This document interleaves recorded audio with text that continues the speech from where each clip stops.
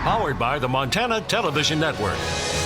This is the 10 o'clock news on Q2, Montana's news leader. Good evening and thanks for joining us tonight. I'm Russ Riesinger. Janelle has the night off.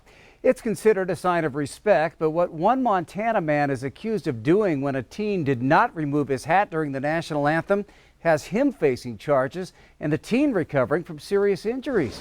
The 13-year-old boy had to be flown to the hospital after receiving temporal skull fractures in the incident that happened at the Mineral County Fairgrounds. Now, witnesses told deputies the suspect grabbed, picked up, and slammed the boy to the ground. MTN's Kent Lutzen has more on the man, the boy, and what happened. Within minutes after dropping her son off at the Mineral County Fairgrounds, Megan Keeler says she received a phone call stating her son was on his way to the hospital. And all of a sudden, dude come up, grabbed him by his neck, picked him up and threw him to the ground head first. The suspect, Kurt Brockway, is accused of assaulting the 13-year-old. The 13-year-old victim doesn't remember much about the incident, but witnesses tell us Brockway grabbed him, picked him up, and threw him on the ground here at the rodeo arena just moments after he walked in. Witnesses tell me Brockway tried to justify what had happened. They say he said he did it because the boy was disrespecting the flag by not removing his hat during the national anthem. And all of the witnesses I have talked to said this was just completely random. There was no exchange, nothing. It was just he targeted Wally, grabbed him, and took him down. The boy was life-flighted to Sacred Heart Children's Hospital in Spokane after receiving temporal skull fractures. The parents tell us the child was bleeding from his ear for nearly 6 hours after the incident. The boy has been released and is back home where he will continue to heal.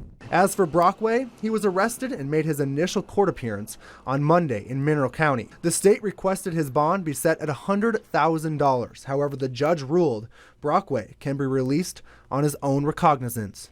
In Superior, Kent Lutzen, MTN News. Well, this is not Brockway's first run-in with police. We have court documents from a 2010 incident where he pled guilty to an assault with weapon charge. A plane crash in eastern Montana has claimed the lives of 2 people. According to the Roosevelt County Sheriff's Office, 2 men were killed when their plane went down around 2:30 this afternoon. The sheriff says the small private airplane crashed in the far northwestern corner of the county. No word yet on where that plane was coming from or why it crashed. The names of the victims haven't been released yet either. The Federal Aviation Administration will be investigating. Well, the nation is grappling with 2 mass shootings that occurred over the weekend, one in Texas, the other in Ohio. More than 80 people were killed or wounded in those 2 attacks. CBS's Hillary Lane is in El Paso, where a 22nd victim has now died. 2 tragedies of gun violence claimed lives in Texas and Ohio over the weekend. 22 people were killed after a gunman opened fire at a Walmart in the border town of El Paso, Texas, Saturday. This was an act of domestic terrorism fueled by hate. Stephanie Melendez's father, David Johnson, died shielding his wife and 9-year-old granddaughter. My mom and my daughter wouldn't be here if it wasn't for him and what he did. Maribel Latine was shot in the legs and survived. I had to pretend I was dead. And he was right next to me. And he shot 8 more rounds. The accused gunman is being held without bond, charged with capital murder. Mourners have been stopping by this memorial in El Paso to pay their respects. It's a grief shared in another community nearly 1,600 miles away in Dayton, Ohio. That's where a gunman killed 9 people, including his own sister, in a popular nightlife district early Sunday morning. Police closed in and killed him, all of it occurring in less than a minute.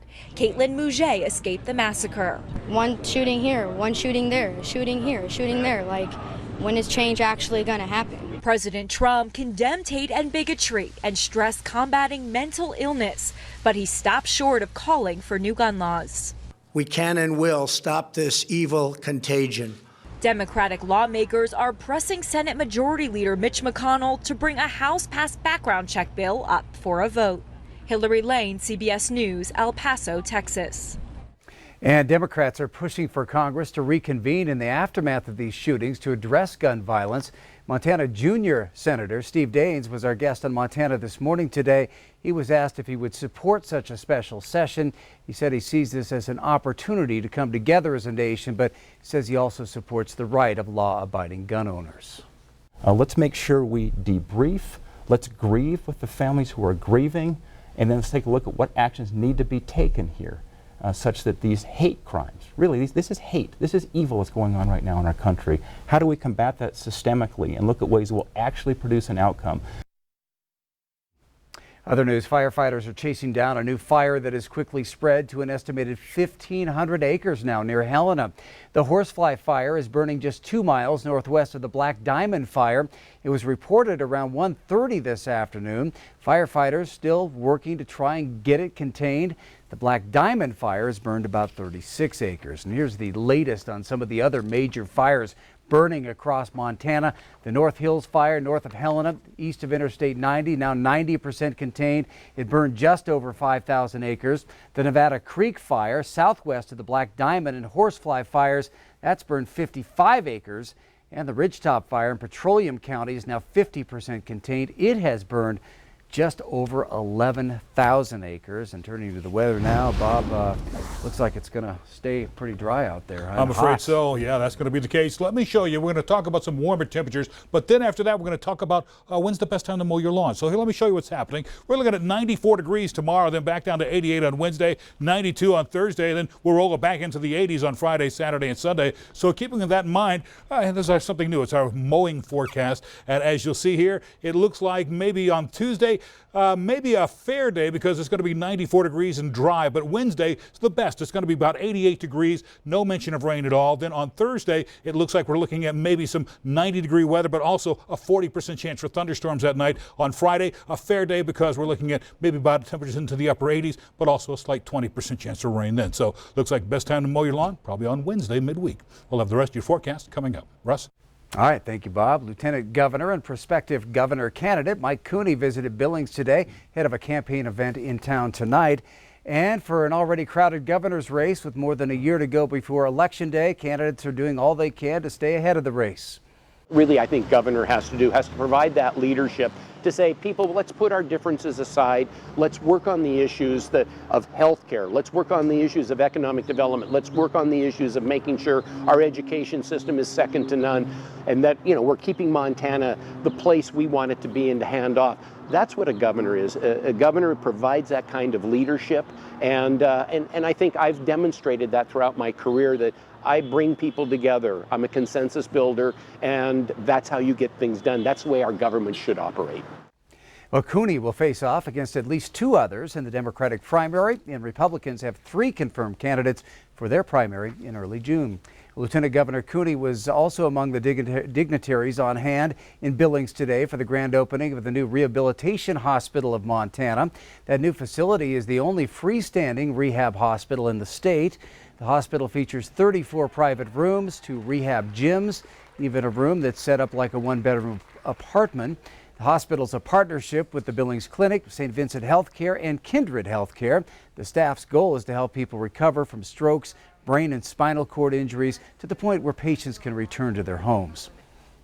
Yeah, I mean, what you don't want to do in healthcare is duplicate services, and anytime we can get 2 organizations that serve our community with a high level of healthcare, we want to do that. And the combination of meetings with St. V's and Kindred allowed us to do that and make sure our patients are taken care of here.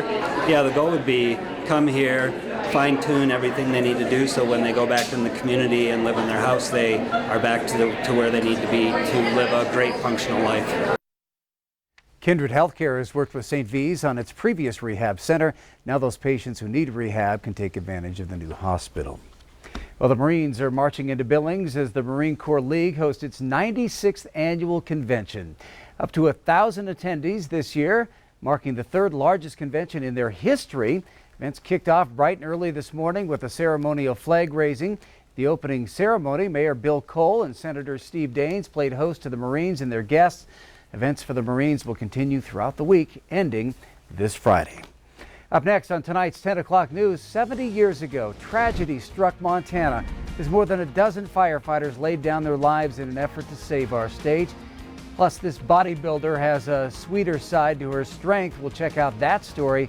And in sports, the Billings Little Leaguers are California dreaming. A walk-off win yesterday at regionals. Would their luck continue at San Bernardino tonight? Highlights coming up in just a bit. You're watching MTN News with Janelle Slade and Russ Riesinger. Storm Tracker weather with Bob McGuire. And sports with Scott Breen.